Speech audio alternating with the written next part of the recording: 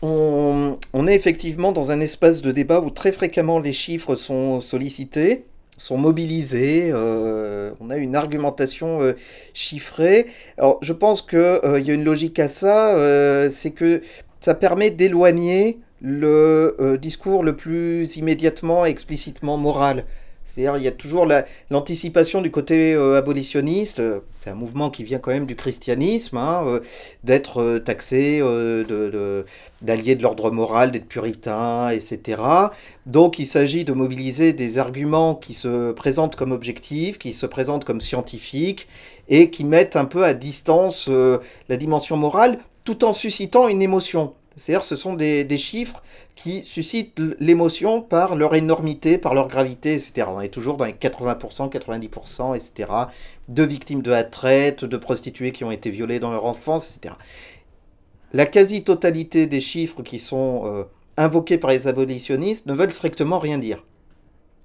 Et fait un travail spécifique là-dessus, chercher l'origine de la plupart de ces chiffres, elle est introuvable. C'est-à-dire ce sont des chiffres ad hoc. On a besoin de dire la situation est grave, donc on donne un pourcentage, un chiffre démesurément grave, énorme, impressionnant, terrifiant, voilà, pour sensibiliser un public. Donc, il y a une difficulté à la base, déjà, avec n'importe quel chiffre, qui est le fait que la prostitution, c'est une activité informelle qui est enregistrée nulle part. Donc, il est impossible de savoir combien de personnes pratiquent la prostitution.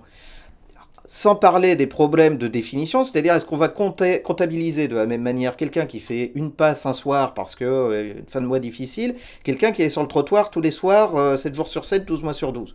Bon. Est-ce que c'est la même prostitution? Donc voilà, on n'a aucun moyen, donc on ne peut pas très difficilement approcher une population globale de personnes exerçant la prostitution en France.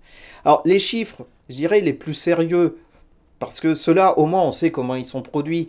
Ce sont les chiffres de la police. Mais les chiffres de la police reflètent, et n'importe quelle statistique policière, c'est son cas, tous les sociologues le savent, c'est les chiffres de la police reflètent l'activité policière. C'est-à-dire, le nombre de cambriolages que annonce la police et le nombre de cambriolages qui ont été déclarés. Si on vous a volé pas grand-chose, vous n'allez pas forcément faire la démarche d'aller au commissariat. Donc ça sera un cambriolage. Bon. Donc il y a toujours un problème avec les chiffres policiers qui ne sont pas des chiffres faux, mais qui sont le reflet de l'activité policière. Or, s'agissant de prostitution, l'activité policière, elle repose sur quoi? Les chiffres de cette activité reposent sur quoi? Ils reposent sur les interpellations pour racolage. Et il repose sur les interpellations pour séjours irréguliers, de manière secondaire. C'est-à-dire que la police, elle a pour charge, pour mission, de réprimer l'immigration irrégulière, de trouver les sans-papiers et de les reconduire à la frontière. Bah, elle s'intéresse d'abord aux personnes qui apparaissent comme étrangères. Bon, couleur de la peau, couleur des cheveux, etc., peut jouer à avoir une influence là-dessus. Donc, effectivement, dans les statistiques policières, on trouve un grand nombre de personnes étrangères. Bon, mais il y a peut-être le fait qu'il y a beaucoup de personnes étrangères qui exercent la prostitution en France, ça c'est indubitable, mais il y a aussi le fait que la police s'intéresse surtout à elle. Donc on est dans une inflation quantitative, mais qui ne permet pas de comprendre le monde de la prostitution, hein, en aucun cas. Ce sont des chiffres militants.